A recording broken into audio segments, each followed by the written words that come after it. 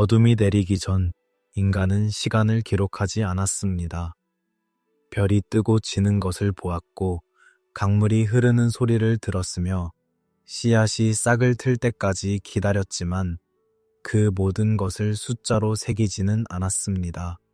시간은 그저 흘러갔고 기억은 이야기 속에 살았으며 과거는 노래가 되어 다음 세대로 전해졌습니다. 그런데 어느 순간 누군가 진흙판 위에 쐐기 모양의 문자를 새기기 시작했습니다. 그리고 그 문자들은 우리가 이해할 수 없는 이야기를 속삭이기 시작했습니다. 1000년. 이 숫자를 처음 마주했을 때 고고학자들은 당혹스러워했습니다. 이것은 분명 실수이거나 오역이거나 혹은 고대인들의 과장된 신화일 것이라 생각했습니다. 하지만 그 숫자는 진흙판 위에 또렷이 새겨져 있었고 반복해서 나타났으며 마치 누군가 우리에게 무언가를 반드시 전하려는 듯 집요하게 남아 있었습니다. 수메르 왕 목록. 그것은 1906년 독일의 고고학자 헤르만 힐프레히트가 니프르 유적지에서 발견한 고대 문서입니다. 처음에는 단순한 왕들의 명단으로 보였습니다. 어느 왕이 몇 년 동안 다스렸고 그 다음은 누가 왕위에 올랐으며 어느 도시가 권력의 중심이었는지를 기록한 행정문서처럼 보였습니다. 하지만 그 문서를 읽어 내려가면 갈수록 이것이 단순한 연대기가 아니라는 것이 명확해졌습니다. 첫 번째 왕 알룰림은 28,800년을 다스렸다고 기록되어 있습니다. 두 번째 왕 알랄가르는 36,000년을 통치했습니다. 그 뒤를 이은 왕들도 마찬가지였습니다.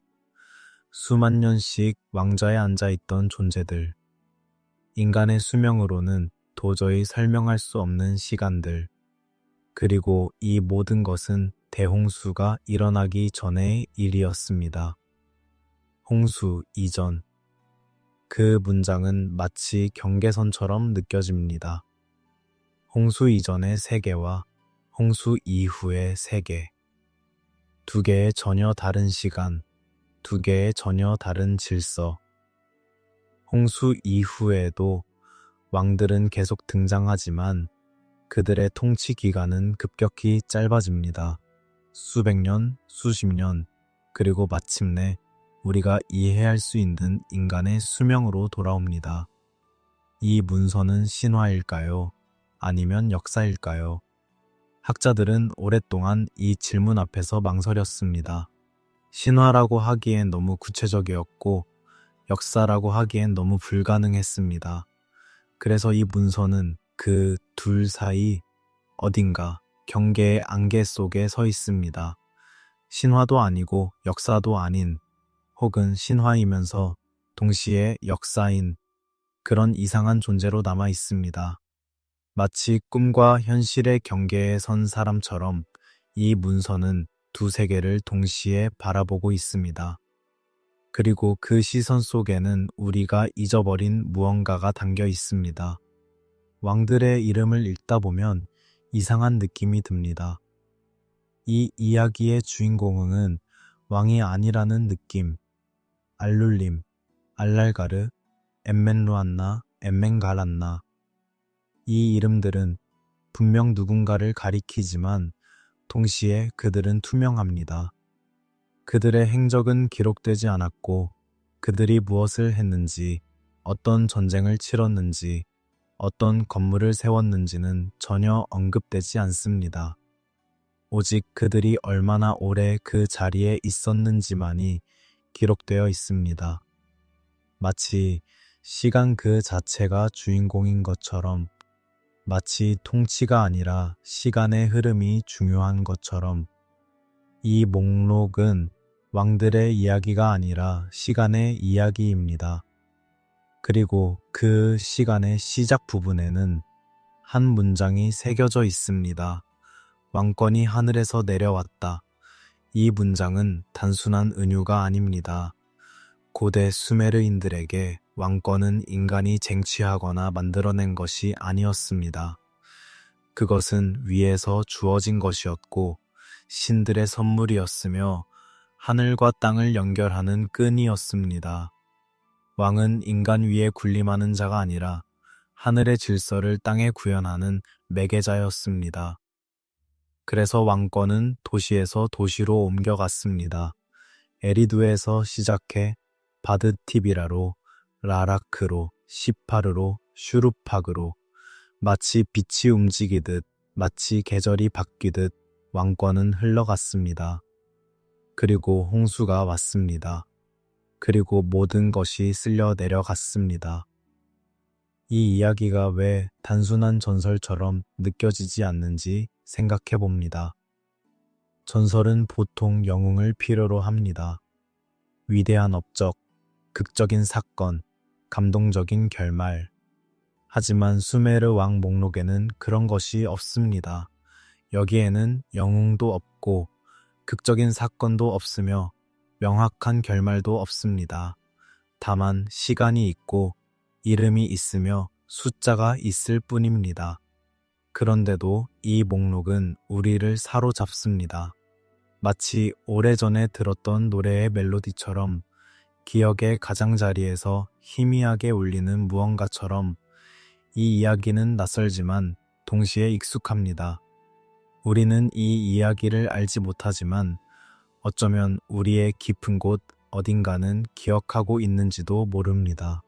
만약 우리가 기억을 잃은 존재라면, 만약 인류가 한때 알았던 무언가를 잊어버렸다면, 만약 우리가 지금 살고 있는 이 세계가 사실은 두 번째, 혹은 세 번째, 혹은 그 이상의 시도라면, 수메르 왕 목록은 그런 가능성을 속삭입니다. 조용히, 그러나 집요하게, 이 기록은 무엇을 말하려는 것일까요? 그것은 경고일까요? 아니면 위안일까요? 우리에게 무언가를 기억하라고 말하는 것일까요? 아니면 잊어도 괜찮다고 말하는 것일까요? 이 질문들은 쉽게 대답되지 않습니다. 그리고 어쩌면 대답되지 않는 것이 맞는지도 모릅니다. 다만 우리는 이 목록 앞에 서서 그 숫자들을 바라보고 그 이름들을 읽으며 무언가 잊혀진 것이 있다는 느낌을 받습니다. 그리고 그 느낌은 우리를 불안하게 하면서도 동시에 이상하게 평온하게 만듭니다. 밤은 깊어가고 별들은 여전히 그 자리에서 빛나고 있으며 강물은 여전히 흐르고 있습니다. 그리고 우리는 여전히 시간을 기록하고 있습니다. 다만 이제는 알고 있습니다. 우리가 기록하는 것이 전부가 아니라는 것을. 기록되지 않은 시간이 있고 잊혀진 왕들이 있으며 우리가 이해할 수 없는 숫자들이 여전히 진흙판 위에 남아있다는 것을. 그리고 그 숫자들은 여전히 무언가를 말하고 있습니다. 우리가 듣든 듣지 않든 그들은 계속해서 속삭이고 있습니다. 고대인들에게 숫자는 단순한 계산 도구가 아니었습니다. 숫자는 신성했고 우주의 질서를 담고 있었으며 세계의 비밀을 열 수 있는 열쇠였습니다. 이집트인들은 숫자를 통해 피라미드를 세웠고 그리스인들은 숫자를 통해 조화를 이해했으며 중국인들은 숫자를 통해 하늘의 뜻을 읽었습니다. 수메르인들도 마찬가지였습니다. 그들이 개발한 60진법은 단순히 물건을 세기 위한 체계가 아니었습니다. 그것은 세계를 이해하는 방식이었고 시간을 조직하는 철학이었으며 우주와 조율하는 방법이었습니다. 60이라는 숫자를 생각해 봅니다. 왜 60일까요? 10진법이나 12진법도 가능했을 텐데 왜 하필 60이었을까요? 60은 1, 2, 3, 4, 5, 6, 10, 15, 10, 30으로 나누어 떨어집니다. 놀라울 정도로 많은 약수를 가지고 있습니다. 이것은 실용적입니다. 물건을 나누고 시간을 분할하고 공간을 구획하는 데 매우 유용합니다. 하지만 그것만이 이유는 아니었습니다. 60은 하늘의 숫자이기도 했습니다. 달의 궤도, 행성들의 움직임, 별자리의 순환, 이 모든 것은 60과 그 배수로 설명될 수 있었습니다. 수메르인들은 하늘을 관찰했고 그 움직임 속에서 규칙을 발견했으며 그 규칙을 수십진법으로 포착했습니다. 그리고 그들은 이 체계를 왕들의 통치 기간에도 적용했습니다. 800년 이 숫자를 분해해 봅니다. 800은 60의 배수입니다. 정확히 480배입니다. 30거 천년은 60의 600배입니다. 60의 배입니다. 이 숫자들은 무작위가 아닙니다. 그들은 체계적이고 의도적이며 계산되어 있습니다. 마치 악보의 음표처럼 이 숫자들은 특정한 리듬을 따르고 있습니다. 그리고 그 리듬은 우연이 아닙니다. 어떤 학자들은 이 숫자들이 천문학적 주기를 반영한다고 주장합니다. 특히 춘분 세차 운동, 지구의 자전축은 약 26천년을 주기로 천천히 회전합니다. 이것을 세차 운동이라고 부릅니다. 이 운동 때문에 춘분점, 즉 태양이 천구의 적도를 가로지르는 지점이 조금씩 이동합니다. 고대 천문학자들은 이 미세한 움직임을 알고 있었을까요? 놀랍게도 그들은 알고 있었을 가능성이 높습니다. 수메르의 숫자들, 특히 이보청무 20이라는 숫자는 세차 운동의 주기와 거의 정확히 일치합니다. 그리고 수메르 왕 목록의 숫자들은 이 주기의 배수이거나 분수입니다. 하지만 이것이 의미하는 바는 무엇일까요? 고대인들이 단순히 하늘을 관찰하고 숫자를 기록했다는 것일까요? 아니면 그 이상의 무언가가 있었을까요? 어쩌면 그들은 시간을 측정하는 것이 아니라 조율하고 있었는지도 모릅니다. 시간을 단순히 흘러가는 것으로 보지 않고 조정하고 유지해야 하는 것으로 본 것은 아닐까요? 왕들의 통치 기간이 천문학적 주기와 일치하는 것은 왕이 시간의 지배자가 아니라 시간의 수호자였음을 의미하는 것은 아닐까요? 고대의 많은 문명에서 왕은 우주적 질서의 유지자였습니다. 이집트의 파라오는 마하트, 즉 우주의 조화를 지키는 존재였습니다. 중국의 황제는 천명을 받아 하늘과 땅의 균형을 유지했습니다. 수메르의 왕도 마찬가지였을 것입니다. 그들의 통치는 단순히 사람들을 다스리는 것이 아니라 시간의 흐름을 올바르게 유지하는 것이었을 수 있습니다. 그래서 그들의 통치 기간은 천문학적 주기와 일치해야 했고, 그래서 그 숫자들은 신성했으며, 그래서 그것은 정확히 기록되어야 했습니다. 숫자가 기억을 저장하는 방식이 될 수 있다는 생각을 해봅니다. 우리는 보통 이야기로 기억합니다. 할머니가 들려주는 옛날 이야기, 역사책에 적힌 사건들, 사진 속에 담긴 순간들. 하지만 이야기는 변합니다. 시간이 지나면서 조금씩 바뀌고 색이 바래며 왜곡됩니다. 하지만 숫자는 다릅니다. 숫자는 변하지 않습니다. 은 언제나 28,800입니다.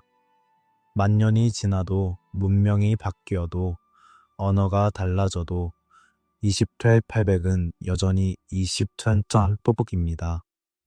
어쩌면 고대인들은 이것을 알고 있었는지도 모릅니다. 어쩌면 그들은 가장 중요한 기억을, 절대 잊어서는 안 되는 지식을 숫자로 암호화했는지도 모릅니다. 그렇다면 그 기억은 무엇일까요? 그들이 숫자 속에 숨겨둔 지식은 무엇일까요? 천문학적 주기, 우주의 리듬? 아니면 그보다 더 근본적인 무언가, 시간은 흐르는 것이 아니라 되풀이된다는 인식. 이것은 고대 세계 전반에 퍼져 있던 생각입니다. 힌두교의 유가, 불교의 윤회, 그리스의 영원회귀, 마야의 달력. 이 모든 전통에서 시간은 직선이 아니라 원입니다. 끝은 다시 시작이고 시작은 이미 끝을 내포하고 있으며 모든 것은 반복됩니다. 수메르인들도 이렇게 생각했을까요? 그들의 왕 목록이 보여주는 것은 시간의 흐름이 아니라 시간의 순환일까요? 천년을 다시 생각해 봅니다. 이 숫자는 단순히 긴 시간을 의미하는 것이 아닐지도 모릅니다. 그것은 하나의 주기를 의미하는 것일지도 모릅니다. 한 번의 완전한 순환, 시작부터 끝까지 그리고 다시 시작으로. 홍수 이전의 시간은 하나의 완성된 주기였고 홍수 이후는 새로운 주기의 시작이었을 수 있습니다. 그렇다면 우리는 지금 어떤 주기에 있을까요? 우리는 시작에 가까울까요? 아니면 끝에 가까울까요? 이 질문은 불안하면서도 매혹적입니다. 밤은 더욱 깊어지고 별들은 변함없이 궤도를 따라 움직이며 우리는 여전히 시간을 재고 있습니다. 초, 분, 시간. 60초가 1분이고 60분이 1시간입니다. 우리는 여전히 수메르의 60진법을 사용하고 있습니다. 5천년이 지났지만 우리는 여전히 그들의 방식으로 시간을 나누고 있습니다. 이것은 단순한 관습일까요? 아니면 더 깊은 무언가를 의미할까요? 어쩌면 시간을 재는 방식은 하나뿐이고 수메르인들은 그것을 가장 먼저 발견했던 것일지도 모릅니다. 혹은 그들은 그것을 발견한 것이 아니라 기억해낸 것일지도 모릅니다. 그들보다 먼저 있었던 누군가로부터.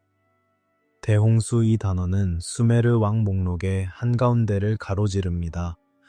마치 역사를 둘로 나누는 선처럼 홍수 이전과 홍수 이후, 두 개의 세계, 두 개의 시대. 홍수는 단순히 물이 범람한 사건이 아닙니다. 그것은 경계입니다. 끝이자 시작이고 죽음이자 재탄생이며 잊음이자 기억입니다. 성서에도 홍수가 나옵니다. 노아의 방주, 40일 동안 내린 비, 온 세상을 뒤덮은 물, 그리고 새로운 시작. 그리스 신화에도 있습니다. 제우스가 인간의 부패를 보고 세상을 물로 씻어냈고 드칼리온과 피라만이 살아남았다는 이야기. 인도의 베데도 있습니다. 마누가 거대한 물고기의 도움으로 홍수에서 살아남았다는 전승. 중국, 아메리카, 호주, 아프리카. 전 세계 거의 모든 문화권에 홍수 신화가 있습니다. 이것은 우연일까요? 각각의 문화가 독립적으로 비슷한 이야기를 만들어낸 것일까요? 아니면 공통의 기억이 있는 것일까요? 실제로 일어난 무언가에 대한 집단적 기억. 어떤 학자들은 빙하기 말, 약 4,000년 전에 급격한 해수면 상승이 있었다고 지적합니다. 거대한 빙하들이 녹으면서 바다가 범람했고 해안가의 정착지들이 물에 잠겼습니다. 이것은 전 세계적인 현상이었고 생존자들의 기억 속에 깊이 새겨졌을 것입니다. 그 기억이 세대를 거쳐 전해지면서 신화가 되었고 각 문화의 렌즈를 통해 변형되었지만 핵심은 동일하게 남았습니다. 물이 왔고 세상이 끝났으며 소수만이 살아남았고 새로운 시대가 시작되었다는 것. 하지만 수메르 왕 목록에서 홍수는 단순한 자연재해가 아닙니다. 그것은 문명의 단절을 의미합니다. 홍수 이전의 왕들은 수만 년씩 다스렸고 그들의 시대는 신들의 시대였습니다. 홍수 이후의 왕들은 점점 더 인간적이 되고 통치 기간도 현실적이 되며 세계도 우리가 아는 세계에 가까워집니다. 홍수는 신화에서 역사로의 전환점입니다. 신의 시간에서 인간의 시간으로, 영원에서 유한으로. 이것은 단순히 물이 범람한 것 이상의 의미를 지닙니다. 그것은 세계관의 전환이고 의식의 변화이며 존재 방식의 근본적인 재편입니다. 에리두라는 도시를 생각해 봅니다. 수메르 왕 목록에서 최초의 왕권이 내려온 곳, 고고학자들이 실제로 발굴한 가장 오래된 수메르 도시 중 하나. 지금은 황량한 사막 한가운데 폐허로 남아있지만 한때는 성스러운 도시였습니다. 지혜의 신 엔키의 도시, 물의 신의 도시, 홍수와 깊은 연관이 있는 신의 도시, 에리두의 신전은 여러 번 재건되었습니다. 고고학자들은 같은 자리에 층층이 쌓인 신전들을 발견했습니다. 가장 아래층은 너무 오래되어 연대를 정확히 측정하기 어려울 정도입니다. 마치 사람들이 몇천 년 동안 같은 장소를, 같은 신을 끊임없이 기억하고 숭배했던 것처럼 슈르팍은 또 다른 중요한 도시입니다. 홍수 이전의 마지막 왕 우바르투투가 다스렸던 곳, 그리고 놀랍게도 홍수 전설의 영웅 지우스드라가 이 도시의 왕이었다는 전승도 있습니다. 지우스드라는 수메르판 노아입니다. 그는 엔키 신의 경고를 듣고 배를 만들었고 홍수에서 살아남았으며 신들로부터 영생을 받았습니다. 슈르팍을 발굴한 고고학자들은 실제로 홍수의 흔적을 발견했습니다. 두꺼운 침전물층, 문명의 층 사이에 끼어있는 진흙, 이것이 신화 속 대홍수의 증거일까요? 아니면 단순히 강이 범람일까요? 확실하지 않습니다. 하지만 분명한 것은 그곳에 살던 사람들에게 그 홍수는 세상의 끝처럼 느껴졌을 것이라는 점입니다. 물은 양면적입니다. 생명을 주지만 동시에 앗아갑니다. 정화하지만 동시에 파괴합니다. 씻어내지만 동시에 지웁니다. 고대 의식에서 물은 항상 재생의 상징이었습니다.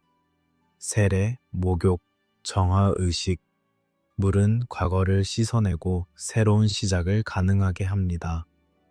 대홍수도 같은 의미를 지니는 것은 아닐까요? 그것은 파괴가 아니라 초기화였을지도 모릅니다. 세계가 너무 멀리 나아갔을 때, 너무 복잡해졌을 때, 너무 타락했을 때, 물이 와서 모든 것을 원점으로 되돌렸을지도 모릅니다. 그리고 생존자들은 다시 시작할 수 있었습니다. 더 현명하게, 더 조심스럽게, 아니면 적어도 그렇게 시도하면서 인간은 왜 언제나 이전 세계를 기억할까요? 왜 우리는 황금 시대를 꿈꿀까요? 왜 우리는 낙원에서의 추방을 이야기할까요? 모든 문화에는 과거에 더 나았던 시절이 있었다는 믿음이 있습니다. 그리스인들은 황금 시대, 은혜 시대, 청동 시대, 철의 시대를 이야기했고 점점 더 나빠진다고 생각했습니다. 힌두교는 사티아 유가, 트레타 유가, 드바파라 유가, 칼리 유가를 말하며 우리가 지금 가장 어두운 시대에 있다고 합니다. 성서는 에덴 동산을 이야기합니다. 북유럽 신화는 라그나로크 이전의 세계를 이야기합니다. 우리는 왜 이렇게 과거를 이상화할까요? 어쩌면 그것은 단순한 향수가 아닐지도 모릅니다. 어쩌면 우리의 깊은 곳 어딘가에 정말로 무언가 더 나았던 시절에 대한 희미한 기억이 남아있는 것은 아닐까요? 집단 무의식 속에 각인된 우리가 이해할 수 없는 오래된 지식. 수메르 왕 목록이 말하는 홍수 이전의 세계는 그런 기억의 파편일지도 모릅니다. 완벽하지 않고 왜곡되어 있으며 신화로 변형되었지만 그래도 여전히 무언가 진실을 담고 있는 우리가 한때 알았던 무언가, 한때 가졌던 무언가, 한때 존재했던 무언가에 대한 기억. 밤의 고요 속에서 물소리가 들립니다. 강물이 흐르는 소리 끊임없이 쉬지 않고 변함없이 강은 흘러갑니다. 강은 범람합니다. 강은 다시 제 길로 돌아옵니다. 그리고 그 순환은 계속됩니다.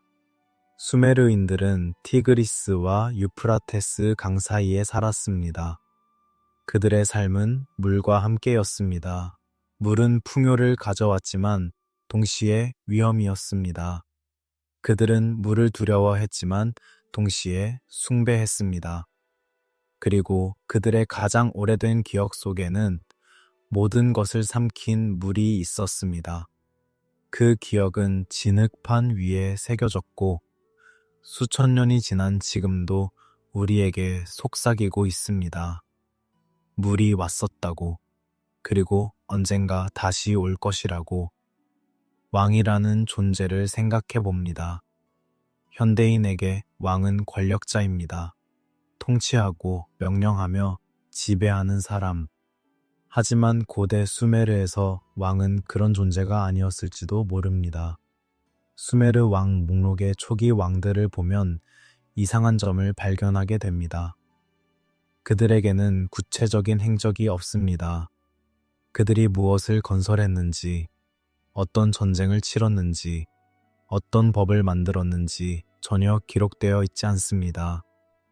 오직 그들의 이름과 통치 기간만이 있습니다. 마치 그들의 존재 자체가 행위보다 중요했던 것처럼, 마치 그들이 무엇을 했는지가 아니라 그들이 거기 있었다는 사실이 중요했던 것처럼, 신이 다스렸다는 표현을 다시 읽어봅니다. 이것을 문자 그대로 받아들일 필요는 없을지도 모릅니다. 신이 직접 왕좌에 앉았다는 의미가 아니라 왕이 신적인 역할을 했다는 의미일 수 있습니다. 그렇다면 그 역할은 무엇이었을까요? 통치가 아니라 조율, 지배가 아니라 균형, 명령이 아니라 유지? 왕은 사회를 다스리는 것이 아니라 우주적 질서를 땅에 반영하는 존재였을 수 있습니다. 그들은 하늘을 관찰하고 별의 움직임을 기록하며 계절의 변화를 예측했습니다. 그들은 의식을 주관하고 신전을 유지하며 신들과 인간 사이의 다리 역할을 했습니다. 이런 관점에서 보면 왕권은 권력이 아니라 책임이었습니다. 무거운, 거룩한, 때로는 견딜 수 없는 책임, 세계의 균형을 유지해야 하는 책임. 만약 왕이 제 역할을 하지 못하면 어떻게 될까요? 질서가 무너지고 하늘과 땅의 연결이 끊어지며 혼돈이 찾아올 것입니다. 그래서 왕은 완벽해야 했습니다. 혹은 적어도 완벽하려고 노력해야 했습니다. 그들은 인간이었지만 인간 이상이어야 했고, 필멸자였지만 불멸의 역할을 해야 했으며, 약했지만 강해 보여야 했습니다. 이것은 불가능한 요구였을지도 모릅니다. 그래서 초기의 왕들은 수만 년씩 다스렸다고 기록된 것일까요? 완벽한 왕, 진정한 매개자는 영원할 수 있다는 꿈. 신성과 인간성의 경계는 어디일까요? 수메르의 초기 왕들은 그 경계 위에 서 있었습니다. 그들은 인간의 이름을 가지고 있었지만 인간의 수명을 넘어섰습니다. 그들은 지상의 도시를 다스렸지만 하늘의 권위를 가졌습니다. 그들은 필멸자였지만 불멸자처럼 기억되었습니다. 이 애매함은 의도적이었을까요? 어쩌면 그것이 바로 요점이었을지도 모릅니다. 왕은 인간도 신도 아닌 그 사이 어딘가에 존재해야 했습니다. 그래야만 두 세계를 연결할 수 있었으니까요. 통치란 무엇일까요? 우리는 보통 권력의 행사로 생각합니다. 법을 만들고 군대를 지휘하며 자원을 분배하는 것. 하지만 고대의 관점에서 통치는 균형의 유지였을 수 있습니다. 이집트의 마하트 개념을 생각해 봅니다. 마하트는 진실, 정의, 조화를 의미합니다. 파라오의 가장 중요한 역할은 마하트를 유지하는 것이었습니다. 그것은 법을 집행하는 것 이상의 의미였습니다. 우주적 질서를 보존하는 것, 혼돈이 침입하지 못하도록 막는 것, 모든 것이 제자리에 있도록 하는 것이었습니다. 수메르의 왕도 비슷한 역할을 했을 것입니다. 그들은 명령하지 않고 조율했습니다. 강요하지 않고 조화시켰습니다. 지배하지 않고 균형을 잡았습니다. 왕이 곧 의식이었을지도 모른다는 생각을 해봅니다. 왕 자신이 살아있는 의례, 그의 존재 자체가 행위, 그가 매일 아침 일어나 왕관을 쓰고 왕좌에 앉고 사람들 앞에 모습을 드러내는 것 자체가 세계의 질서를 재확인하는 의식. 그가 살아있고 제자리에 있으며 역할을 수행하고 있다는 사실이 사람들에게 안심을 주었습니다. 세계는 여전히 질서 있고 신들은 여전히 인간을 돌보며 모든 것은 제 궤도에 있다는 것을. 이런 관점에서 보면 왕의 통치 기간이 길다는 것은 단순히 오래 살았다는 의미가 아니라 그 시대에 질서가 오래 유지되었다는 의미일 수 있습니다. 2800년의 통치는 800년 동안 완벽한 균형이 유지되었다는 뜻일지도 모릅니다. 인간 이전의 질서를 생각해 봅니다. 인간이 세계를 지배하기 전에 무엇이 있었을까요? 수메르 신화에 따르면 신들이 있었습니다. 하지만 신들도 처음부터 있었던 것은 아닙니다. 처음에는 원초의 물, 압수와 티아맛이 있었습니다. 신선한 물과 소금물, 남성적 원리와 여성적 원리. 이 둘이 섞이면서 신들이 태어났고 신들이 세계를 만들었으며 그 세계 위에 인간이 놓였습니다. 인간은 신들을 섬기기 위해 창조되었다고 합니다. 신들의 노동을 덜어주기 위해. 이것은 겸손한 기원 이야기입니다. 인간은 특별하지 않습니다. 우리는 목적을 위해 만들어진 도구일 뿐입니다. 하지만 시간이 지나면서 무언가 변했습니다. 인간은 점점 더 중요해졌고 왕들은 점점 더 인간적이 되었으며 신들은 점점 더 멀어졌습니다. 홍수 이전에는 신과 인간의 경계가 불분명했습니다. 홍수 이후에는 경계가 명확해졌습니다. 신은 하늘에, 인간은 땅에. 이 분리는 성숙을 의미할까요? 아니면 상실을 의미할까요? 우리가 독립한 것일까요? 아니면 버림받은 것일까요? 수메르 왕 목록은 이 질문에 답하지 않습니다. 다만 변화가 있었다는 것, 그 변화는 돌이킬 수 없다는 것만을 조용히 증언합니다. 밤은 계속되고 별들은 여전히 움직이며 우리는 여전히 질문합니다. 왕은 무엇이었을까? 통치는 무엇이었을까? 그리고 우리가 잃어버린 것은 무엇일까? 권력일까요?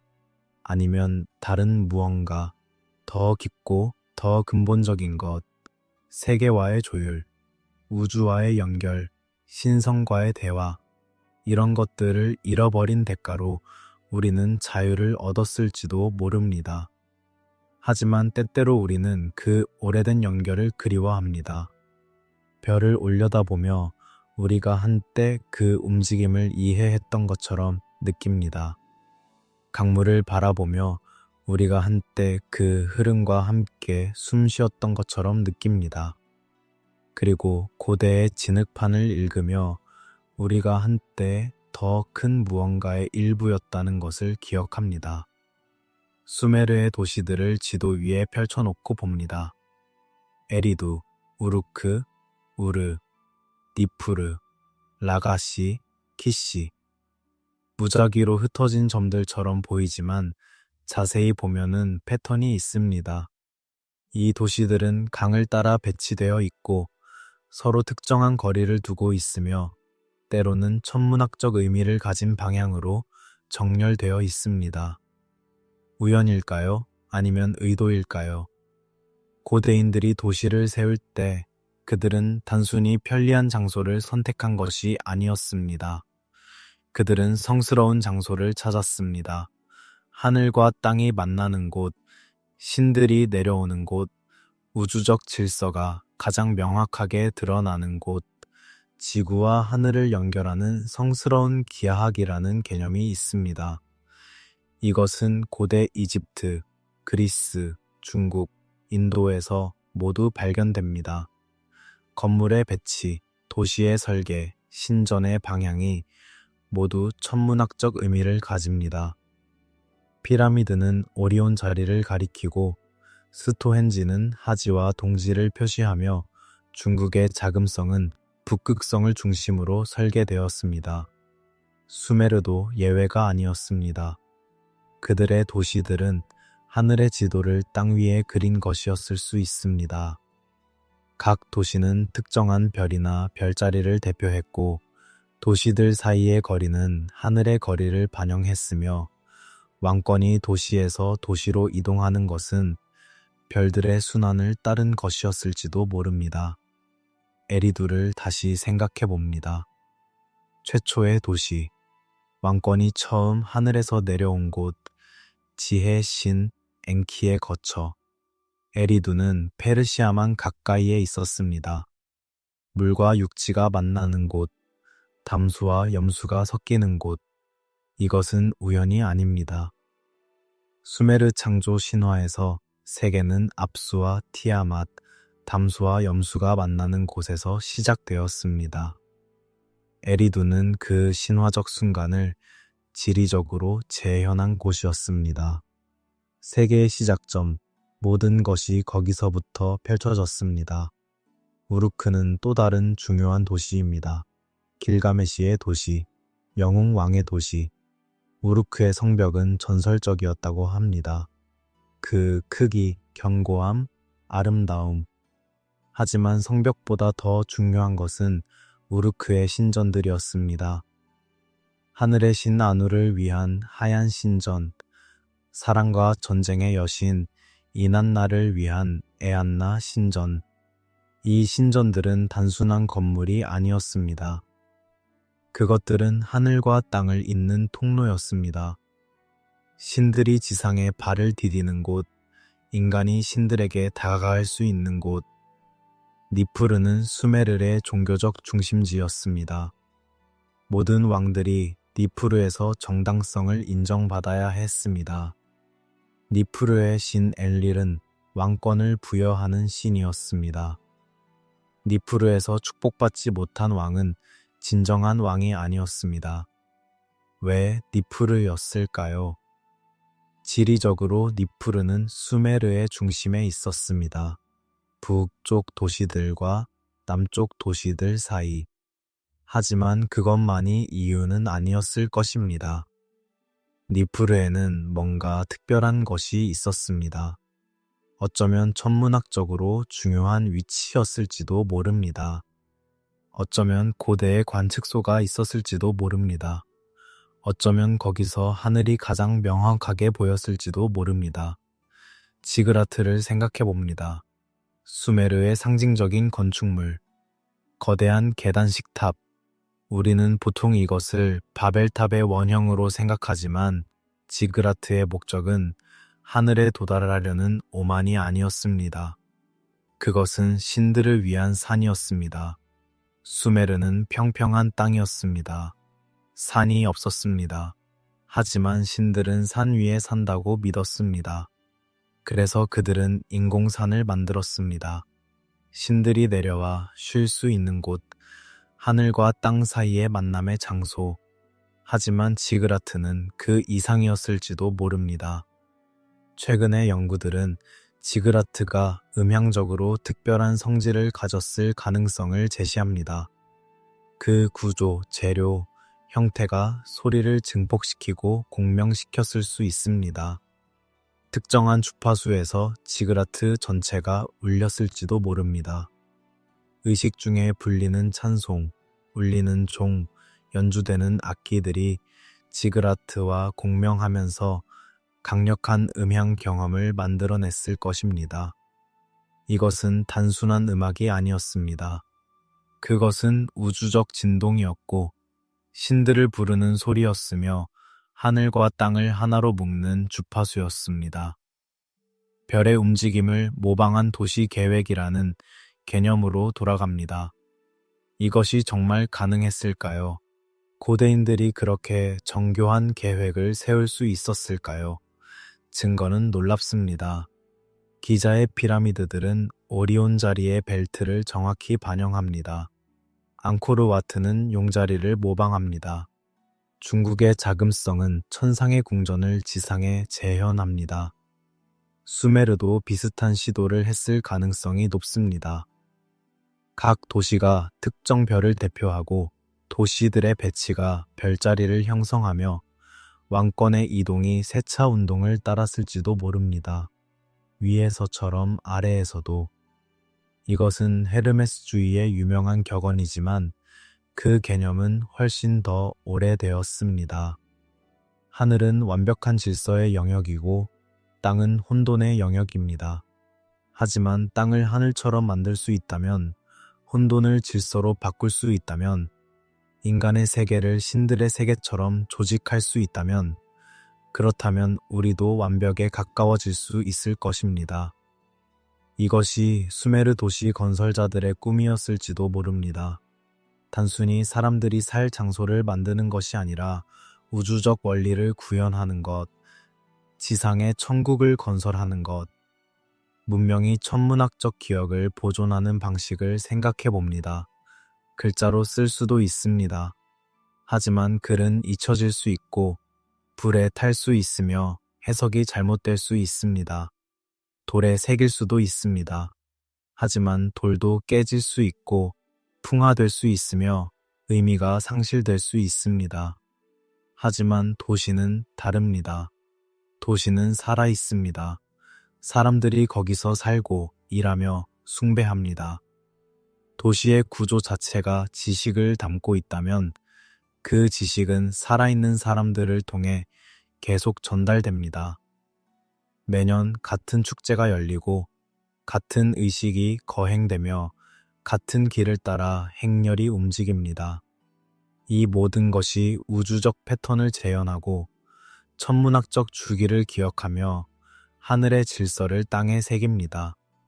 이것은 놀랍도록 안정적인 기억, 보존 방식입니다. 개인은 죽지만 도시는 살아남습니다. 왕조는 바뀌지만 신전은 같은 자리에 있습니다. 언어는 변하지만 별들의 위치는 변하지 않습니다. 수천 년 동안 같은 패턴이 반복되면서 지식은 거의 무의식적으로 전달됩니다. 사람들은 왜 이렇게 하는지 잊어버릴지도 모릅니다. 하지만 그들은 여전히 합니다. 그리고 그 행위 자체가 기억입니다. 몸으로 기억하는 것, 공간으로 기억하는 것, 의식으로 기억하는 것. 이것은 책이나 비문보다 훨씬 더 깊고 더 오래 지속됩니다. 밤하늘을 올려다 봅니다. 별들은 여전히 거기 있습니다. 수천 년 전 수메르인들이 보았던 바로 그 별들. 물론 세차 운동 때문에 조금 이동했지만 여전히 같은 별들입니다. 그들이 본 것을 우리도 보고 있습니다. 그들이 경외했던 것을 우리도 경외합니다. 그들이 이해하려 했던 것을 우리도 이해하려 합니다. 그 연속성은 아름답고도 슬픕니다. 우리는 같은 하늘 아래에 있지만 같은 방식으로 보지는 않습니다. 우리는 과학을 가지고 있지만 그들이 가졌던 경의를 잃어버렸을지도 모릅니다. 우리는 설명할 수 있지만 그들이 느꼈던 신성함을 느끼지 못할지도 모릅니다. 그리고 때때로 우리는 그들의 방식을 그리워합니다. 별이 단순히 핵융합이 일어나는 천체가 아니라 신들의 거처였던 시절을 대홍수가 지나갔습니다. 물이 빠졌고 땅이 드러났으며 생존자들이 나타났습니다. 그들은 무엇을 보았을까요? 파괴된 도시들, 무너진 신전들, 사라진 사람들. 모든 것이 달라졌습니다. 이전 세계의 흔적은 거의 남아있지 않았습니다. 하지만 기억은 남았습니다. 홍수 이전이 어땠는지에 대한 희미한 기억, 왕들이 영원히 다스렸던 시절, 신들이 인간과 함께 걸었던 시절, 질서가 완벽했던 시절, 그 기억을 붙잡고 생존자들은 다시 시작했습니다. 수메르 왕 목록은 말합니다. 대홍수 이후 왕권이 다시 하늘에서 내려왔습니다. 키시로, 그리고 새로운 왕들이 등장하기 시작했습니다. 하지만 이 왕들은 다릅니다. 그들의 통치 기간은 급격히 짧아졌습니다. 처음 키시의 왕 가오르는 1200년을 다스렸다고 합니다. 여전히 길지만 이전의 비교할 수 없습니다. 다음 왕들은 더 짧아집니다. 900년, 625년, 420년, 그리고 점점 더 현실적인 숫자로 다가갑니다. 마치 시간이 가속되는 것처럼, 아니면 인간이 필멸성을 받아들이는 것처럼 통치가 인간화됩니다.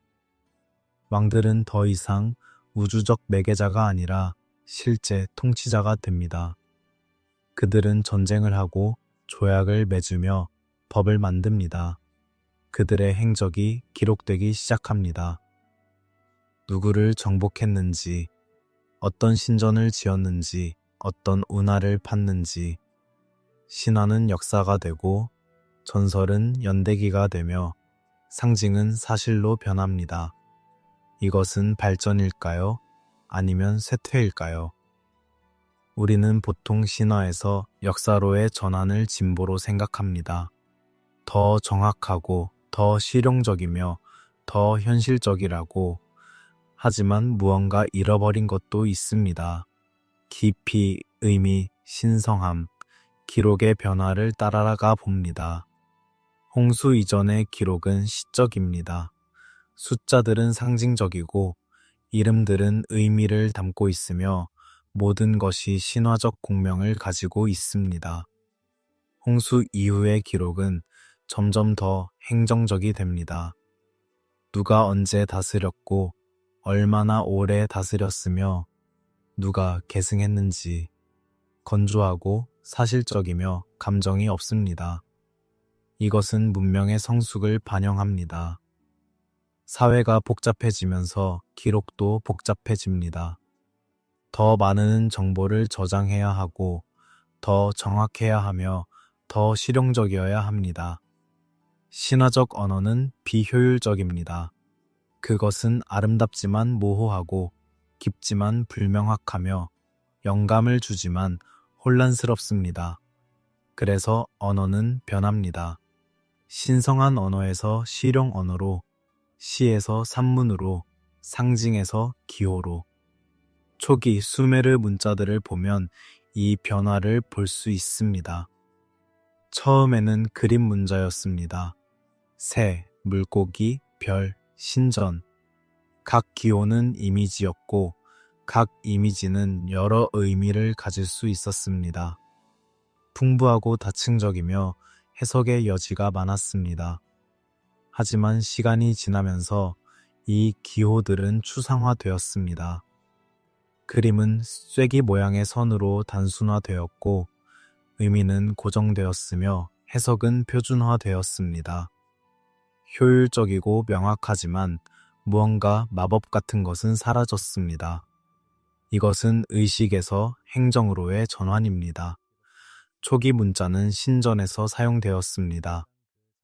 재물을 기록하고 신들에게 바치는 것을 적으며 의식의 순서를 보존했습니다. 글쓰기 자체가 신성한 행위였습니다. 서기들은 제사장이었고 문자는 신들의 선물이었으며 쓰는 것은 기도하는 것이었습니다. 하지만 점차 문자는 세속화되었습니다. 상인들이 사용하기 시작했고 관료들이 사용했으며 계약서와 영수증과 편지에 사용되었습니다. 신성함은 실용성으로 대체되었고 경애는 효율로 바뀌었습니다. 기억의 파편으로서의 신화라는 개념을 생각해 봅니다. 신화는 거짓말이 아닙니다. 그것은 다른 방식의 진실입니다. 신화는 사실을 기록하지 않고 의미를 보존합니다. 신화는 무슨 일이 일어났는지 말하지 않고 그것이 무엇을 의미했는지 말합니다. 대홍수 신화를 예로 들어봅시다. 실제로 전 세계적 홍수가 있었을까요? 아마 아니었을 것입니다. 하지만 각 지역에서 파괴적인 홍수가 있었을까요? 거의 확실합니다. 그리고 그 경험이 너무 충격적이어서 세대를 거쳐 전해졌을까요? 당연합니다. 신화는 그 경험을 보존합니다. 정확한 날짜나 장소를 보존하는 것이 아니라 그 경험의 본질을 보존합니다. 파괴, 생존, 재탄생, 끝과 시작, 이것은 역사적 사실보다 더 깊은 진실입니다. 홍수 이후의 세계에서 신화는 점차 쇠퇴합니다. 새로운 왕들은 신화적 인물이 아닙니다. 그들은 역사적 인물입니다. 우리는 그들의 무덤을 발굴할 수 있고 그들의 유물을 만질 수 있으며 그들이 남긴 비문을 읽을 수 있습니다. 그들은 실제했습니다. 이것은 확실성을 줍니다. 하지만 동시에 마법을 앗아갑니다. 홍수 이전의 왕들은 실제했을까요? 우리는 모릅니다. 아마 아니었을 것입니다. 적어도 목록에 기록된 방식으로는. 하지만 그들은 무언가를 대표했습니다. 어떤 이상, 어떤 원리, 어떤 시대의 정신, 그리고 그것은 어떤 의미에서는 역사적 사실보다 더 진실입니다. 인간이 신의 자리를 대신하기 시작한 순간을 상상해 봅니다. 그것은 점진적이었을 것입니다. 하루아침에 일어난 것이 아니라 세대에 걸쳐 천천히 진행되었을 것입니다. 처음에는 왕들이 여전히 신들의 대리인이라고 주장했습니다. 그들은 신들의 이름으로 통치했고 신들의 명령을 집행했으며 신전에서 정당성을 받았습니다. 하지만 점차 권력의 원천이 바뀌었습니다. 군사력, 경제력, 정치적 책략, 왕이 되기 위해서는 더 이상 신들의 선택을 받을 필요가 없었습니다. 힘이 있으면 되었습니다. 이것은 해방이었지만 동시에 고립이었습니다. 인간은 자유로워졌지만 동시에 혼자가 되었습니다. 신들은 더 이상 우리와 함께 걷지 않았습니다. 이 변화가 수메르, 왕 목록에 어떻게 반영되는지 봅니다. 초기에는 왕들의 통치 기간만 기록됩니다. 그들이 무엇을 했는지는 중요하지 않았습니다. 중요한 것은 그들이 거기 있었다는 것, 질서가 유지되었다는 것이었습니다. 하지만 후기로 가면서 행적이 추가되기 시작합니다. 키씨를 무기로 정복했다. 에안나 신전을 지었다. 운하를 팠다. 왕들은 이제 행위자가 되었습니다. 그들은 역사를 만들고 변화를 일으키며 세계를 형성합니다. 이것은 근대적 관점입니다. 우리도 이렇게 생각합니다. 위대한 인물들이 역사를 만든다고. 하지만 고대의 관점은 달랐습니다. 역사는 만들어지는 것이 아니라 전개되는 것이었습니다. 인간은 주인공이 아니라 참여자였습니다. 밤의 고요 속에서 생각합니다. 우리는 무엇을 얻었고 무엇을 잃었을까? 홍수 이후의 세계, 신들이 물러난 세계, 인간이 책임을 떠맡은 세계. 우리는 자유를 얻었습니다. 우리 자신의 운명을 결정할 자유, 우리 자신의 길을 선택할 자유, 실수할 자유.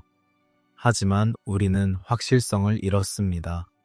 우주적 질서에 대한 확신, 우리의 자리가 정해져 있다는 느낌, 더 큰 계획의 일부라는 위안.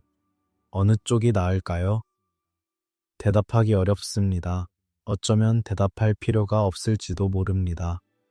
역사는 되돌릴 수 없으니까요. 우리는 홍수 이후의 세계에 살고 있고 그것이 우리의 현실입니다. 다만 때때로 우리는 돌아봅니다. 잃어버린 것을 그리워하면서. 그리고 그 그리움이 수메르 왕 목록 같은 기록에 담겨 있습니다. 한때 다른 방식이 있었다는 기억, 한때 세계가 달랐다는 기억, 한때 우리가 달랐다는 기억. 이집트의 파라오들을 생각해 봅니다.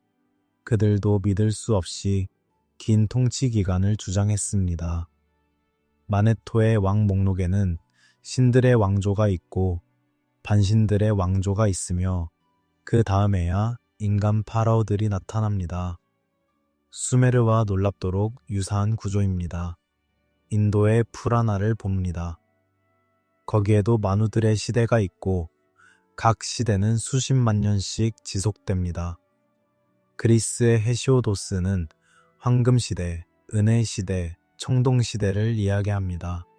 각 시대는 이전보다 짧고 이전보다 타락했으며 이전보다 신들로부터 멀어졌습니다.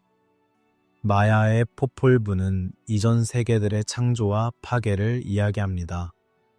나무 사람들의 세계, 진흙 사람들의 세계, 그리고 마침내 옥수수로 만들어진 진정한 인간들의 세계. 이 모든 전승들이 같은 패턴을 따릅니다. 초기의 완벽한 시대, 신들 또는 신과 같은 존재들의 통치, 믿을 수 없이 긴 수명, 그리고 어떤 재앙, 보통 홍수, 그 후 짧아진 수명, 인간화된 통치, 신들의 퇴장. 이것이 우연일까요? 각 문화가 독립적으로 같은 이야기를 만들어냈을까요? 가능하지만 놀랍습니다. 어쩌면은 더 가능성 있는 설명은 공통의 원형이 있다는 것입니다. 잃어버린 원본 이야기. 모든 문화가 접근할 수 있었던 오래된 기억. 그 기억이 각 문화의 언어로 번역되고 각 문화의 신들로 채워지며 각 문화의 가치관으로 해석되었지만 핵심 구조는 동일하게 남았습니다. 공통의 잃어버린 원형 문명 가설을 생각해 봅니다. 이것은 논란의 여지가 있는 이론입니다. 주류 고고학은 이를 거부합니다. 증거가 충분하지 않다고, 설명되지 않은 유적들은 다른 방식으로 설명될 수 있다고 고대인들을 과소평가하지 말라고 말합니다. 그리고 그들이 옳을 수도 있습니다. 하지만 유사성은 여전히 놀랍습니다. 홍수 신화의 세계적 분포, 거석 건축의 유사한 기술, 천문학적 정렬의 공통된 관심, 신들의 시대에 대한 공유된 기억, 이 모든 것이 독립적 발명의 결과일까요? 가능합니다. 인간의 마음은 어디서나 비슷하게 작동하고 비슷한 문제에 비슷한 해결책을 찾으며 비슷한 질문에 비슷한 답을 상상합니다. 하지만 다른 가능성도 있습니다. 어쩌면 빙하기 말, 해수면이 상승하기 전에 해안가 문명이 있었을지도 모릅니다. 발전된 문명, 항해, 천문학, 건축을 알았던 문명. 그들은 세계를 여행했고 지식을 공유했으며 무역했을 것입니다. 그리고 홍수가 왔습니다. 실제로는 점진적인 해수면 상승이었지만 해안 거주자들에게는 재앙이었습니다. 그들의 도시들은 물에 잠겼고 지금은 바다 밑에 있습니다. 생존자들은 내륙으로 이주했고 그들의 지식과 기억을 가지고 갔습니다. 그 기억이 각지에서 새로운 문명의 씨앗이 되었고 수메르, 이집트, 인도, 중국에서 거의 동시에 문명이 꽃피웠습니다. 이것은 증명할 수 없는 이론입니다. 증거는 물속에 있고 대부분은 시간에 의해 파괴되었을 것입니다. 하지만 그것은 아름다운 이야기입니다. 그리고 어쩌면 그것만으로도 충분할지도 모릅니다. 신화는 증명될 필요가 없습니다. 신화는 의미를 가지면 됩니다.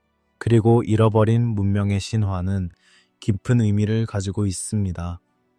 그것은 우리에게 말합니다. 우리가 처음이 아니라고, 이전에도 있었다고, 그리고 그들도 잊혔다고. 이것은 겸손하게 만듭니다. 우리의 문명도 영원하지 않을 것입니다. 언젠가 우리도 신화가 될 것입니다. 우리의 도시들도 폐허가 될 것입니다. 우리의 이야기들도 왜곡될 것입니다. 그리고 미래의 사람들은 우리에 대해 궁금해할 것입니다. 마치 우리가 수메르에 대해 궁금해하듯이 신화는 허구가 아닌 기억의 파편이라는 관점을 더 깊이 탐구해 봅니다. 기억은 완벽하지 않습니다. 시간이 지나면서 세부 사항은 흐려지고 순서는 뒤바뀌며 감정은 과장되거나 축소됩니다. 하지만 핵심은 남습니다. 트라우마적 사건은 특히 강하게 기억됩니다. 홍수, 지진, 화산 폭발, 전쟁. 이런 사건들은 집단 기억에 깊이 새겨집니다. 그리고 그 기억은 이야기로 전달됩니다. 처음에는 정확하게 생존자의 증언으로, 하지만 세대가 지나면서 이야기는 변합니다. 신들이 추가되고 의미가 부여되며 교훈이 끼워집니다. 역사는 신화가 됩니다. 하지만 신화 안에는 여전히 역사가 숨어 있습니다. 인류 집단 무의식이라는 융의 개념을 생각해 봅니다. 모든 인간이 공유하는 깊은 심리적 구조, 원형들, 영웅, 현자, 그림자, 데모. 이 원형들은 모든 문화의 신화에 나타납니다. 같은 패턴, 같은 상징, 같은 이야기. 융은 이것을 유전적으로 전달되는 심리적 경향이라고 설명했습니다. 하지만 다른 설명도 가능합니다. 어쩌면 이 원형들은 실제 경험에서 비롯되었을지도 모릅니다. 인류 역사 초기의 경험, 모든 인간이 공유하는 조상들의 경험, 그 경험이 너무 강력해서 우리의 심리 깊은 곳에 새겨졌고 지금도 우리의 이야기, 꿈, 상상에 영향을 미칩니다. 홍수 원형을 예로 들어봅시다. 왜 거의 모든 문화에 홍수 이야기가 있을까요?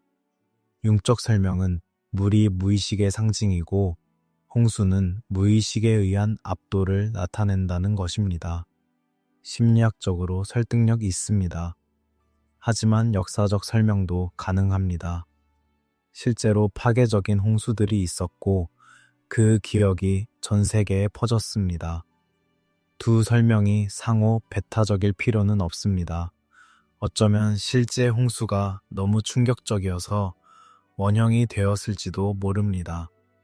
역사가 신화가 되고 신화가 원형이 되며 원형이 우리의 심리에 각인되었습니다.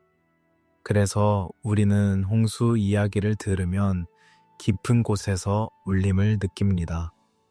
우리가 직접 경험하지 않았지만 우리의 조상들이 경험했고 그 기억이 어떤 방식으로든 우리에게 전달되었기 때문입니다. 밤은 깊고 별들은 천천히 움직이며 우리는 여전히 이야기합니다.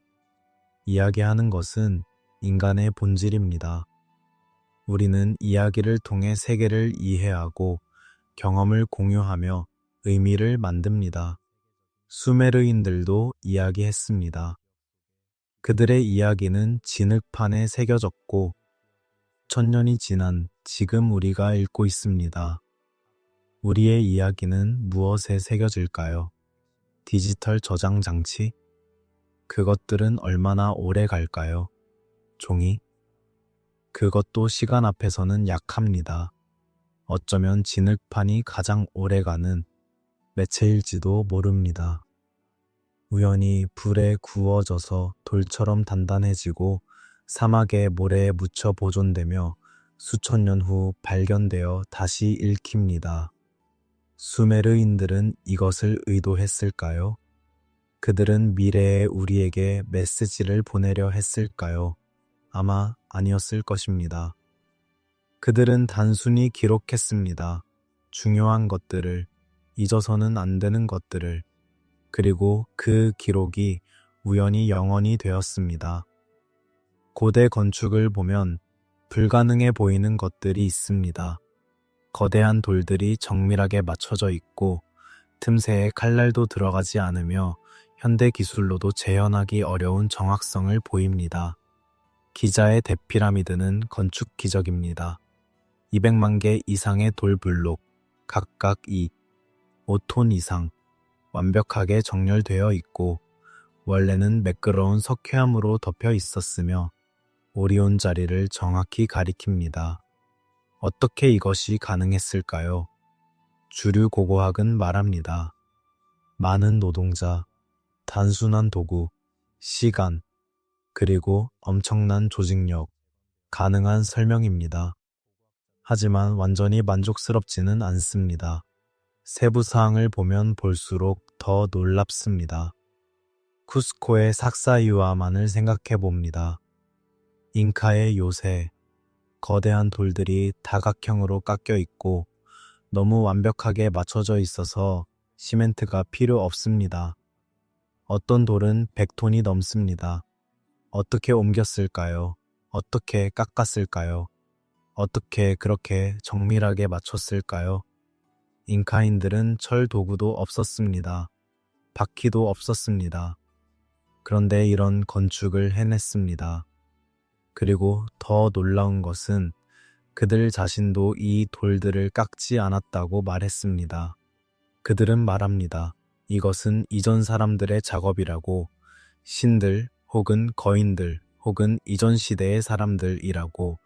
바알백의 신전 기초를 봅니다. 레바논에 있는 로마 신전. 하지만 기초는 로마 이전입니다. 거대한 돌들, 일부는 800톤이 넘습니다. 인류 역사상 가장 무거운 가공된 돌 중 일부입니다.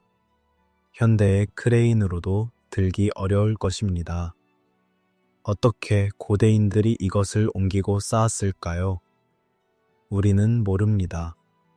이론들은 있지만 확실한 답은 없습니다. 수메르로 돌아옵니다. 그들의 건축도 놀랍습니다. 거대한 지그라트들, 정교한 신전들, 복잡한 운하 시스템. 그들은 청동기 시대 사람들이었습니다. 철도 없었고 중기계도 없었으며 현대 공학도 없었습니다. 하지만 그들은 문명을 건설했습니다.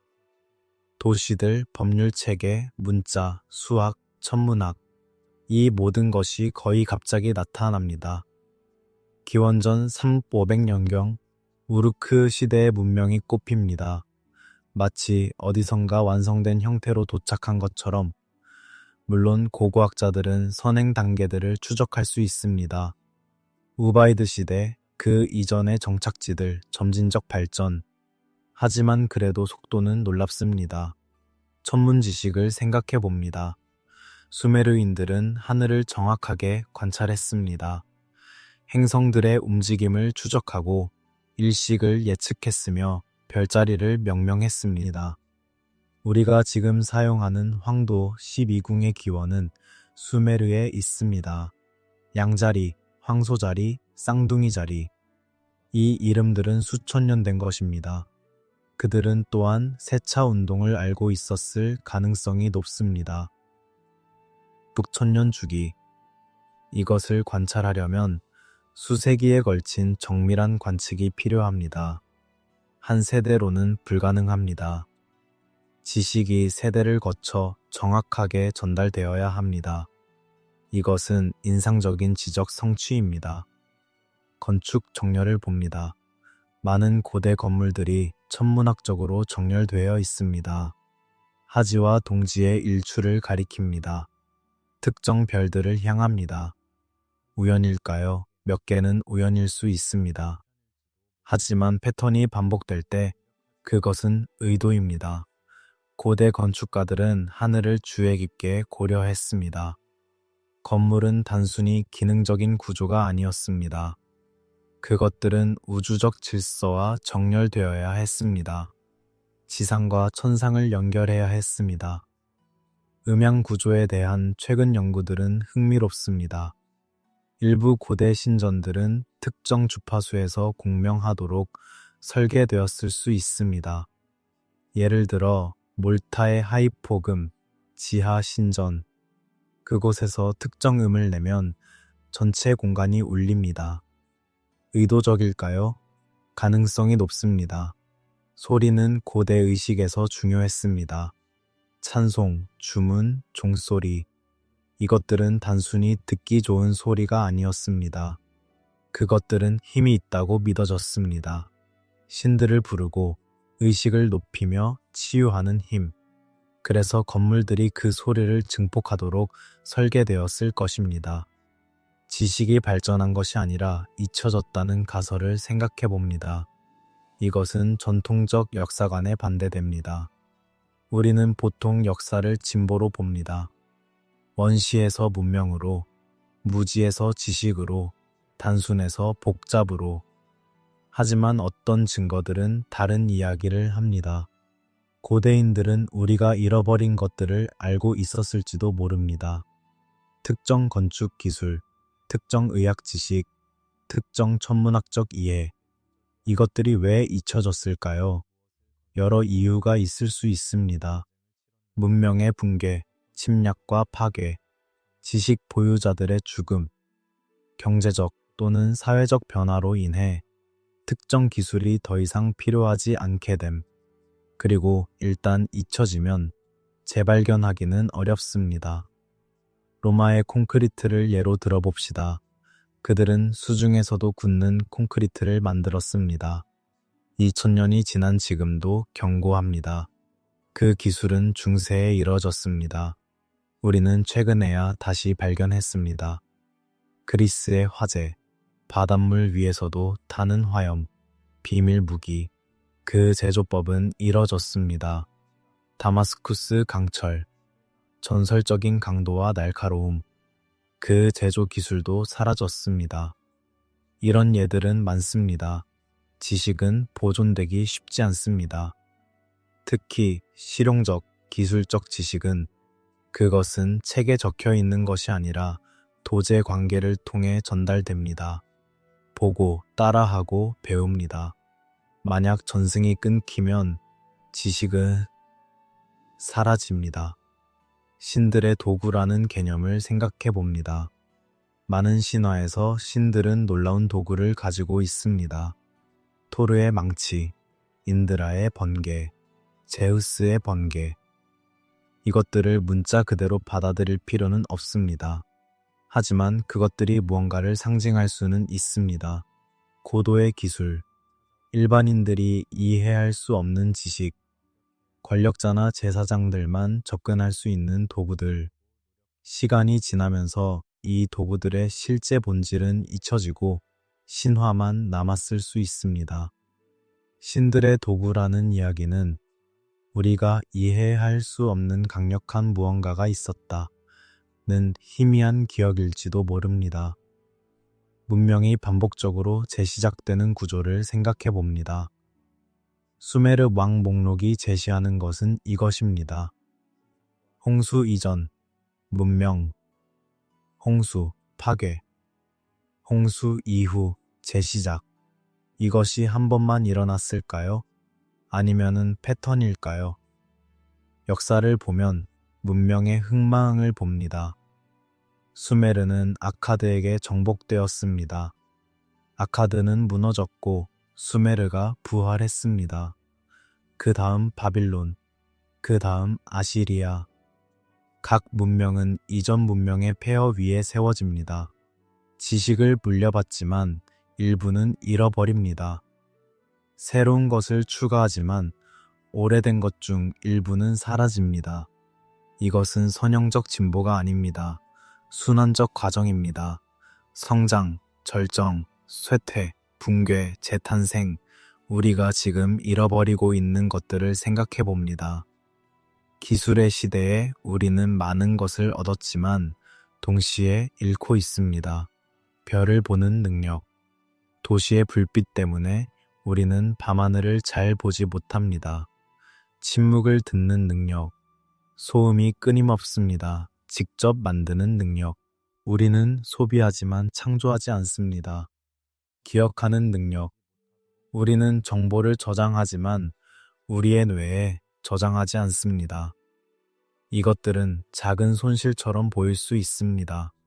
하지만 축적되면 어쩌면 미래의 사람들은 우리를 돌아보며 말할 것입니다. 그들은 많은 것을 알았지만 중요한 것들을 잃어버렸다. 밤이 깊어지고 우리는 조용히 생각합니다. 역사는 단순하지 않습니다. 과거에서 현재로, 무지에서 깨달음으로의 직선이 아닙니다. 그것은 파도와 같습니다. 올라갔다, 내려갔다, 전진했다, 후퇴했다, 획득했다, 상실했다. 수메르 왕 목록은 이것을 알고 있었던 것 같습니다.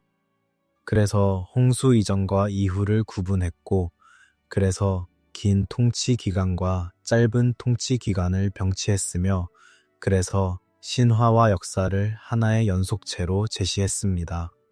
이것은 단순한 왕들의 목록이 아닙니다. 이것은 시간에 대한 명상입니다.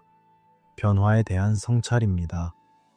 잃어버린 것과 남은 것에 대한 애도입니다. 시간이 직선이라는 생각은 비교적 최근의 것입니다. 기독교의 영향으로 서양은 선형 시간관을 발전시켰습니다.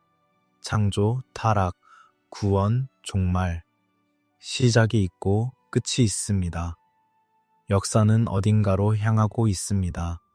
진보의 개념도 여기서 나왔습니다. 우리는 더 나아지고 있다. 역사는 발전하고 있다. 미래는 과거보다 나을 것이다. 이것은 희망을 줍니다. 하지만 동시에 불안도 줍니다. 만약 진보하지 못하면, 만약 뒤처지면, 만약 잘못된 방향으로 가고 있다면 고대의 시간과는 달랐습니다. 대부분의 고대 문화는 순환적 시간을 믿었습니다. 시간은 원입니다. 계절은 돌아오고 별들은 같은 패턴을 반복하며 역사도 순환합니다. 황금 시대가 있고 쇠퇴가 있으며 파괴가 있고 그리고 다시 황금 시대가 시작됩니다. 이것은 다른 종류의 위안을 줍니다. 아무리 나빠져도 다시 좋아질 것입니다. 모든 끝은 새로운 시작입니다. 절망할 이유가 없습니다. 바퀴는 계속 돌고 있으니까요. 인도의 육아 개념을 봅니다. 사티야 육아, 황금시대. 사람들은 의롭고 수명은 길며 고통은 적습니다. 트레타 육아, 은혜의 시대. 의로움이 조금 줄어듭니다. 드바파라 육아, 청동시대. 의로움은 반으로 줄어듭니다. 칼리 육아, 철의 시대. 우리가 지금 있는 곳, 의로움은 4분의 1만 남았고 사람들은 타락했으며 수명은 짧고 고통이 만연합니다. 하지만 칼리 육아가 끝나면 다시 사티야 육아가 시작됩니다. 주기는 계속됩니다. 각 육아는 수십만 년씩 지속됩니다. 수메르 왕 목록의 숫자와 놀랍도록 유사합니다. 마야의 장주기 달력을 봅니다. BCC 5년의 주기. 각 주기의 끝에 세계가 파괴되고 재창조됩니다. 2012년에 한 주기가 끝났습니다. 많은 사람들이 세상의 종말을 예상했습니다. 하지만 마야인들은 종말을 말하지 않았습니다. 그들은 전환을 말했습니다. 한 시대의 끝과 새 시대의 시작, 순환의 연속. 우리는 종말을 두려워하지만 순환적 시간관에서는 종말이 없습니다. 다만 변화가 있을 뿐입니다. 과거, 현재, 미래가 공존하는 세계관을 상상해봅니다. 선형 시간에서는 과거는 사라졌고 미래는 아직 오지 않았으며 현재만이 실제합니다.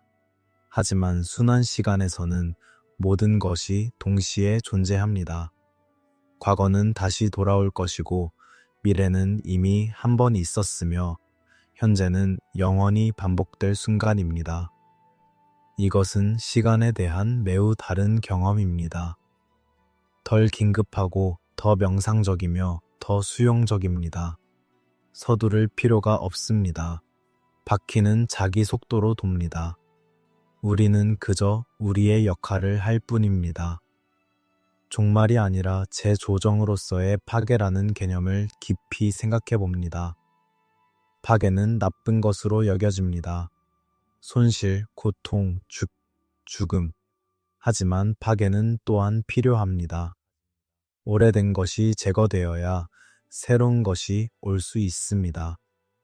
숲에서 불은 파괴적이지만 동시에 재생적입니다. 오래된 나무를 태우고 영양분을 토양에 돌려주며 새로운 성장을 위한 공간을 만듭니다. 인간 사회도 마찬가지일 수 있습니다. 때때로 시스템이 너무 경직되고 너무 부패하며 너무 균형을 잃습니다. 점진적 개혁으로는 충분하지 않습니다. 근본적인 재조정이 필요합니다. 혁명, 붕괴, 재시작. 인간 문명이 주기적으로 초기화되는 이유를 생각해 봅니다. 만약 이것이 사실이라면 왜일까요?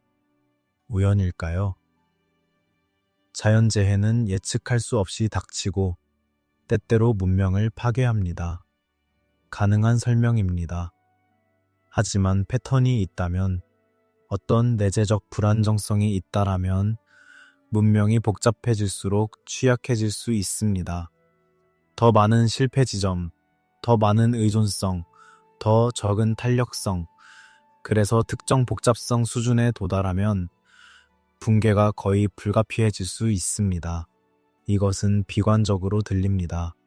하지만 순환적 관점에서는 그렇지 않습니다. 붕괴는 끝이 아니라 재설정입니다. 다시 시작할 기회입니다. 더 현명하게, 더 나은 균형으로 기억과 망각의 리듬을 생각해 봅니다. 우리는 기억하려고 노력합니다. 기록하고, 보존하고, 가르칩니다. 하지만 망각도 일어납니다. 자연스럽게, 불가피하게. 세부 사항은 흐려지고, 이야기는 변하며 의미는 상실됩니다. 이것은 슬프지만 어쩌면 필요할지도 모릅니다. 만약 우리가 모든 것을 기억한다면 우리는 과거의 무게에 짓눌릴 것입니다. 망각은 해방입니다. 그것은 우리가 앞으로 나아갈 수 있게 합니다. 새로운 것을 시도할 수 있게 합니다. 반복하지 않고 재창조할 수 있게 합니다. 기억과 망각 사이의 균형이 중요합니다. 너무 많이 기억하면 마비됩니다. 너무 많이 잊으면 반복합니다. 지혜는 무엇을 기억하고 무엇을 잊을지 아는 것입니다. 수메르 왕 목록은 이 균형을 찾으려는 시도였을지도 모릅니다. 중요한 것을 기억하되 압도하지 않도록, 숫자로 암호화하여 보존하되 의미는 해석에 열어두기, 구조를 제공하되 세부사항은 유연하게.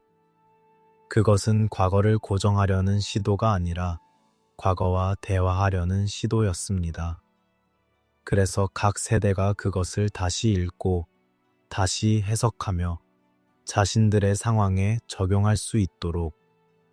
밤이 가장 깊은 시점에 이르렀습니다. 별들은 정점을 지나 서쪽으로 기울기 시작합니다. 모든 것은 순환합니다. 하루도, 계절도, 인생도, 문명도. 수메르인들은 이것을 알고 있었고 그들의 지혜를 숫자와 이름으로 보존했습니다. 우리는 그것을 읽고 이해하려 노력하며 우리 자신의 순환 속에서 우리의 위치를 찾으려 합니다. 우리는 시작에 가까울까요? 중간에 있을까요? 끝에 가까울까요? 대답하기 어렵습니다.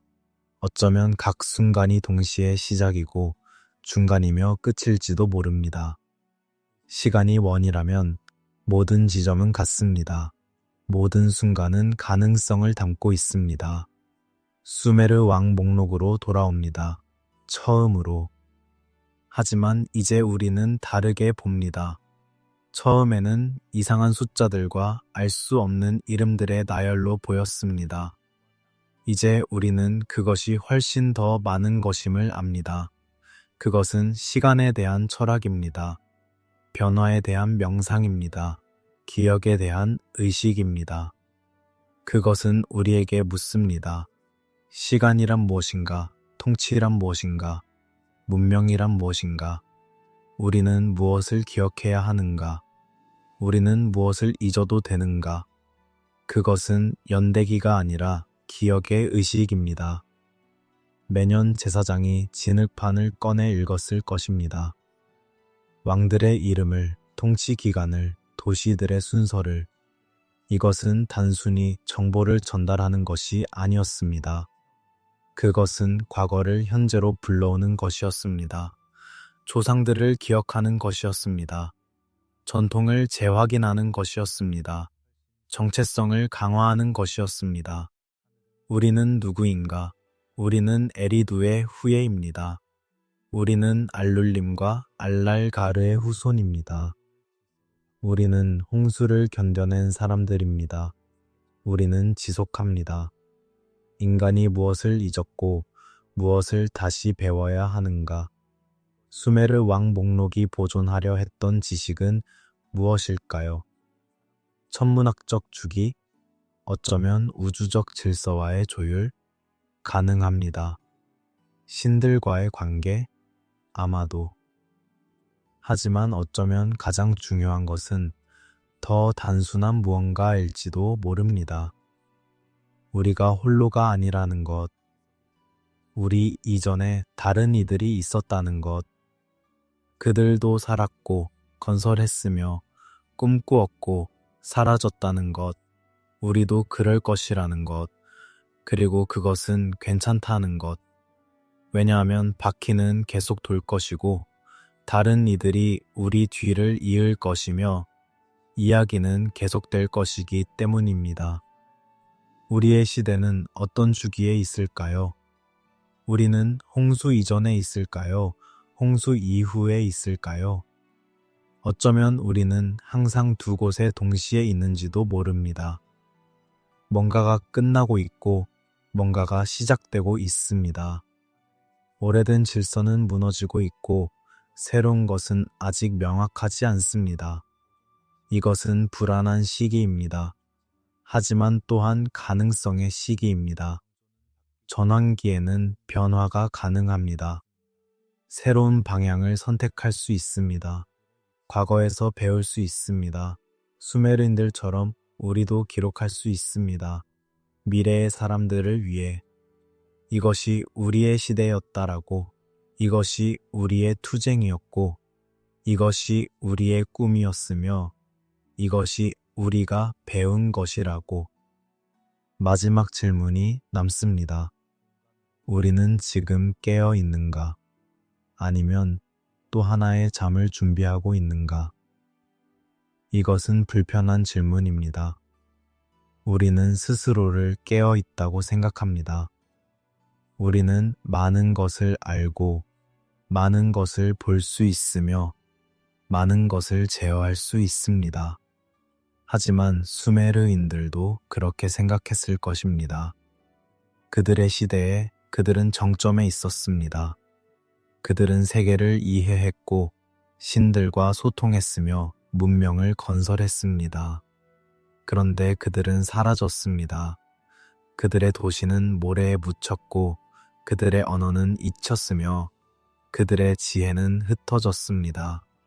우리도 같은 운명을 맞을까요? 아마도 언젠가는. 하지만 이것이 절망의 이유는 아닙니다. 오히려 겸손의 이유입니다. 현재를 소중히 여기는 이유입니다. 우리가 가진 것을 감사하는 이유입니다. 우리는 잠시 여기 있습니다.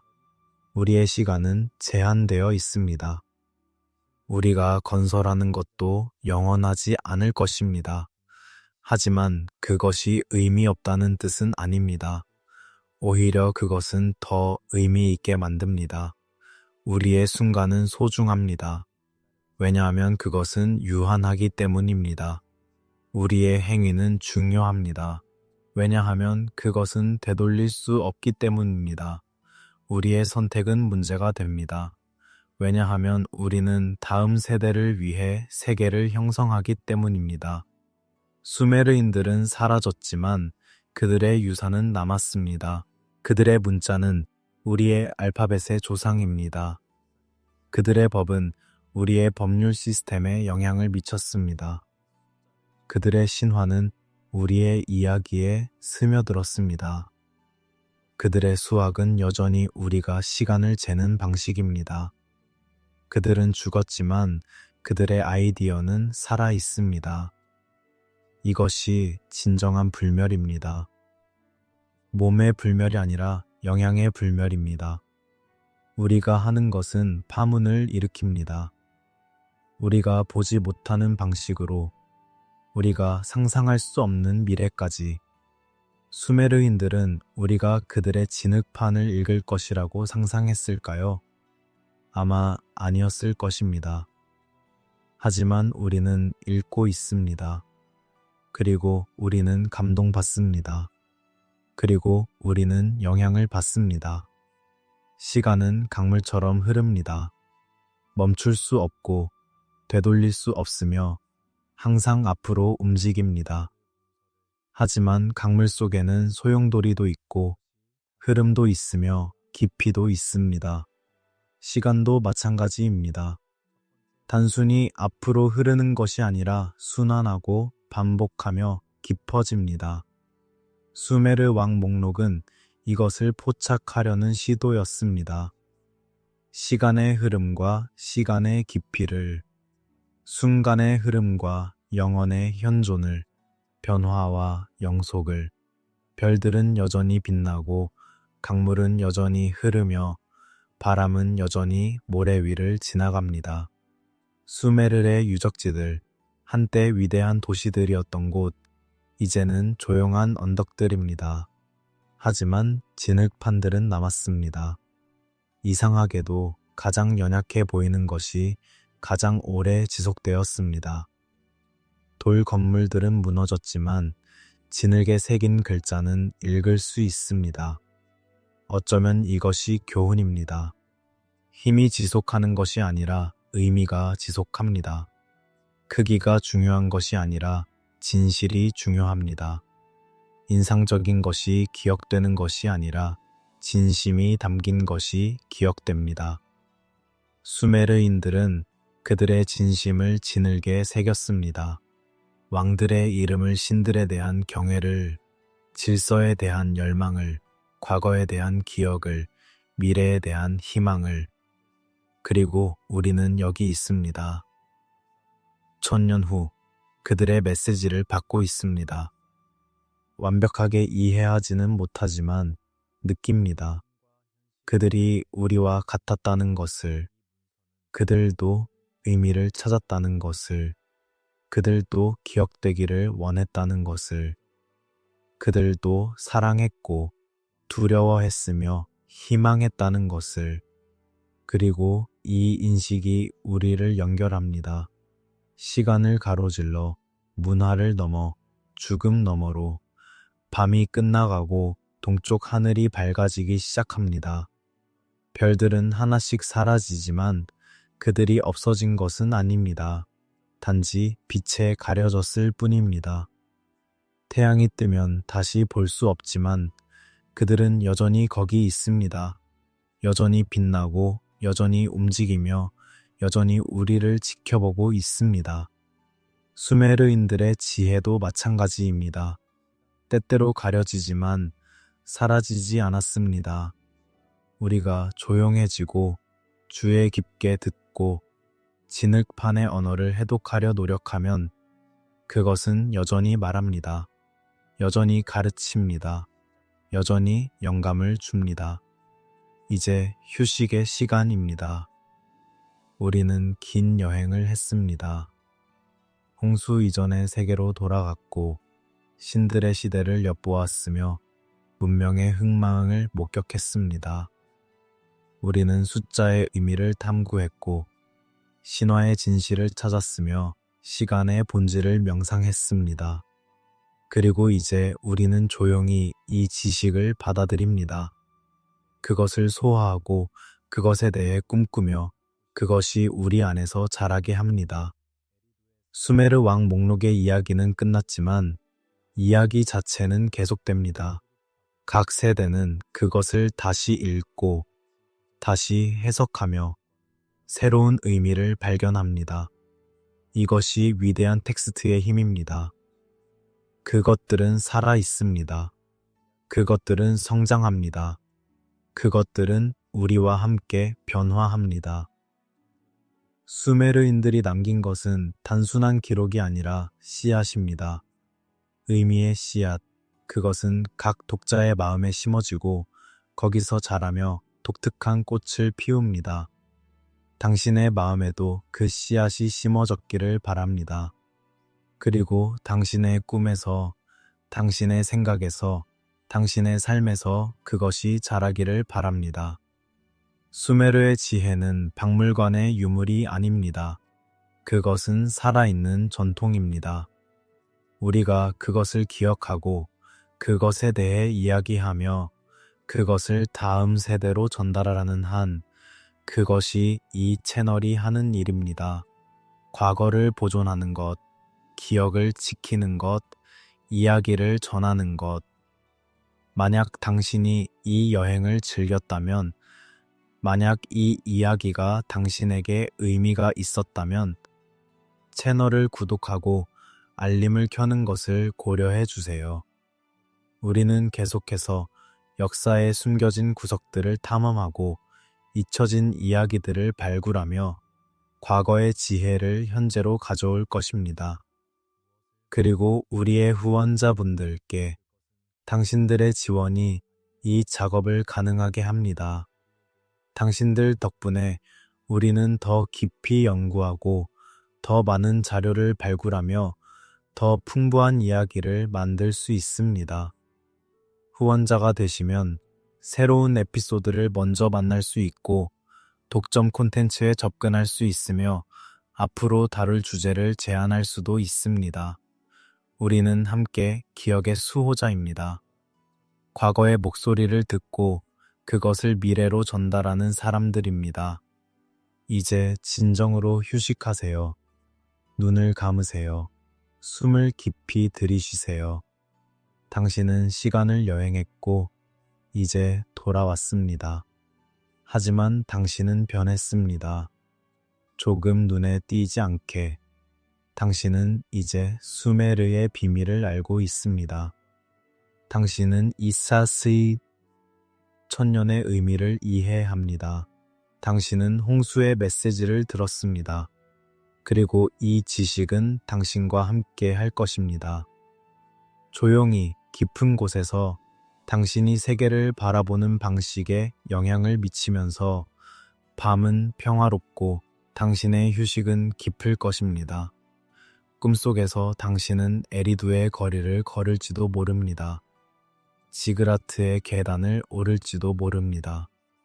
알룰림의 궁정을 볼지도 모릅니다. 그리고 아침이 오면 당신은 이 꿈들을 기억하지 못할지도 모릅니다. 하지만 그것들은 당신 안에 있을 것입니다. 과거의 메아리, 시간의 속삭임, 잊혀진 지혜의 조용한 현존. 숙면하세요. 편안히 쉬세요. 그리고 기억하세요. 당신은 혼자가 아닙니다. 당신 이전에 수십억의 사람들이 있었고 당신 이후에도 수십억의 사람들이 있을 것입니다. 우리는 모두 같은 별 아래 살고 같은 강물을 마시며 같은 이야기를 전합니다. 수메르에서 지금까지, 지금에서 미래까지 이야기는 계속됩니다. 바퀴는 계속 돕니다. 그리고 당신은 그 일부입니다. 소중하고 독특하며 영원한 순환의 일부입니다. 안녕히 주무세요. 좋은 꿈 꾸세요. 그리고 내일 또 다른 이야기를 위해 돌아오세요.